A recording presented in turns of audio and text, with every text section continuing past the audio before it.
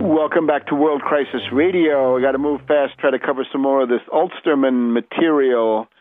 At one point, Ulsterman says there was a shock of recognition in the White House at some point in the Obama regime. What the hell have we done, was the question. How did you install somebody with no experience, not at the level of the job? This kind of reasoning is reflected in a very much noted piece by Mark Halperin in Time magazine, that Obama is in over his head, out of his depth. He's arrogant.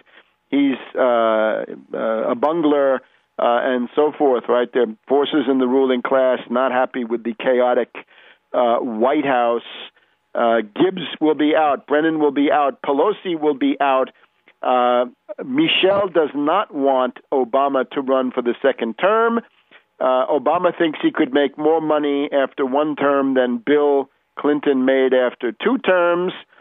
And the White House, nevertheless, is gripped by fear of Hillary Clinton. The conclusion from the Ulsterman papers is that Hillary will either be the vice presidential nominee, replacing Biden, or more likely, what she really wants, is to run against Obama and oust him, and she becomes president in 2012. We're told that duplicity rules the roost in the White House. Obama may be boozing.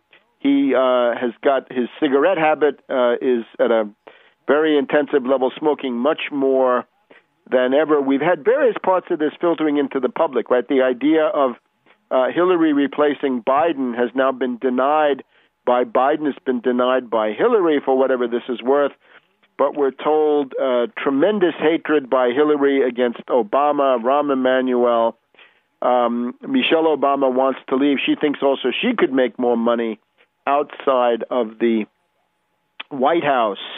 So various media flaps may be the deliberate actions of ruling class groups designed as ballons d'essai, right? Trial balloons to prepare public opinion for what may happen soon.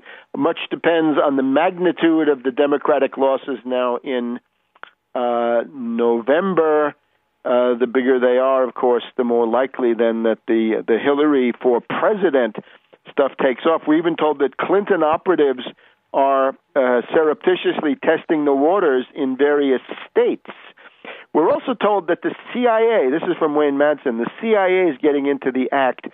The CIA has assigned a leading Iran-Contra figure to essentially assemble the Obama dossier. Amazing that they wouldn't have it. I would think they would, but this is the report. Such a figure would then collect the stuff about the Resco Chicago corruption, the Larry Sinclair complex, and everything that goes with that, and then the birth certificate and qualifications for the presidency, plus other things that we may not know about. Who would such a CIA figure be? I mean, when you look back to Iran-Contra, you think of Dewey Claridge, of Alan Fears, of the other people who were pardoned by Bush the Elder in December of 1992. We'll have to look into that one. But you get the idea.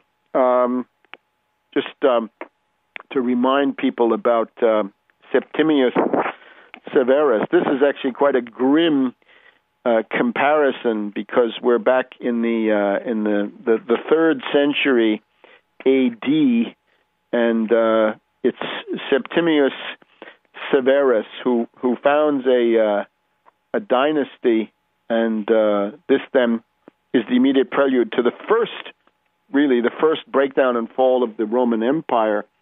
In particular, I read here in the text of this interesting book, which I invite you to buy on Tarpley.net.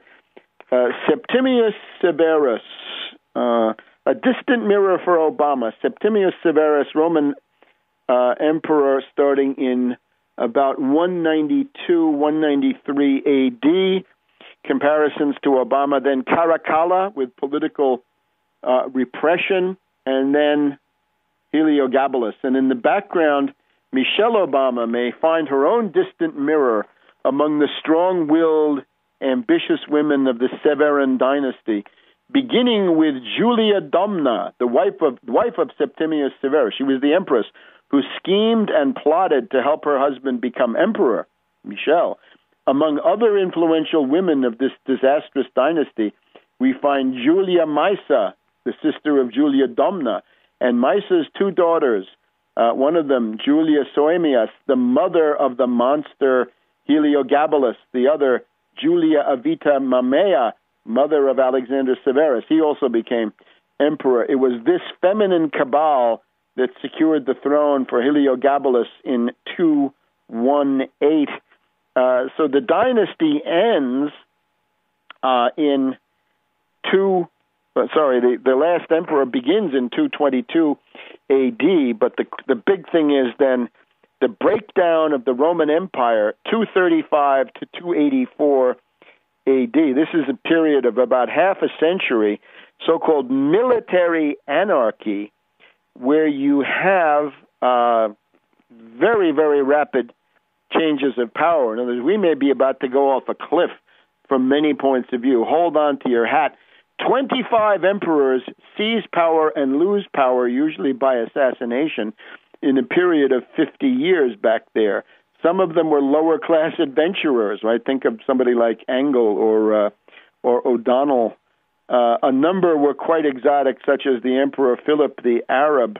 The western provinces of the empire broke away to form the ephemeral Empire of Gaul, while the eastern provinces created an equally unstable Empire of Palmyra. So we go through it, right? Barbarian invasions by Carpians, Goths, Vandals, Alemanni, Sassanid, Persians, and so forth. You get the idea. So this period of Septimius Severus that I very deliberately put at the end of this book, which I urge you to read the whole thing, get it, similar to now. So tremendous intrigue, and the idea is the 24th Amendment. The 25th, I think it is. Anyway, you know the one.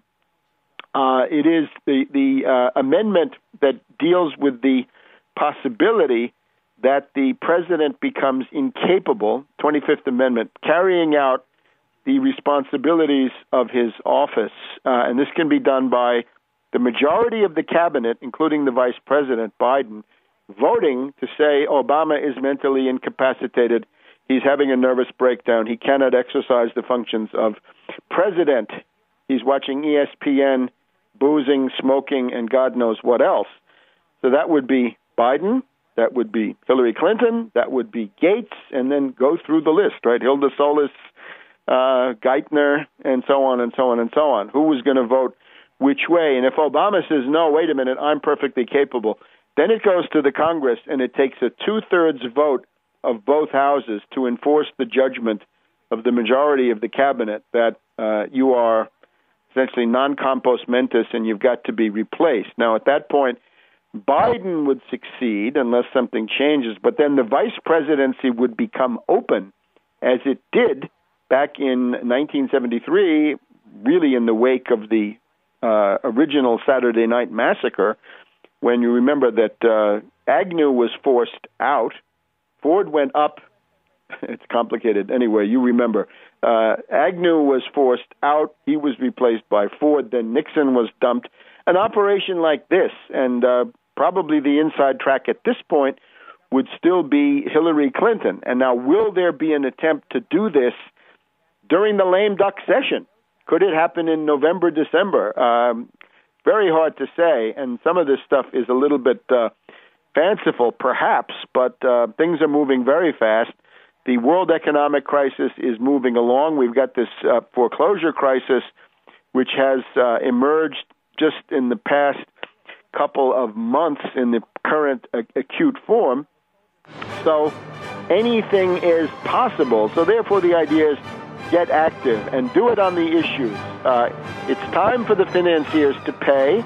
One way is to freeze foreclosures, and don't forget, on the international agenda for the G20, the Tobin tax, the Wall Street sales tax, understood as a national measure to stop speculation while providing much-needed relief for national budgets and state and local government to maintain services and education, highways, the fabric of civilization, and so forth.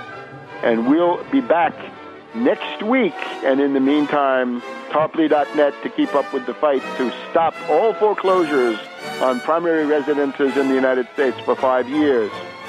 See you next week.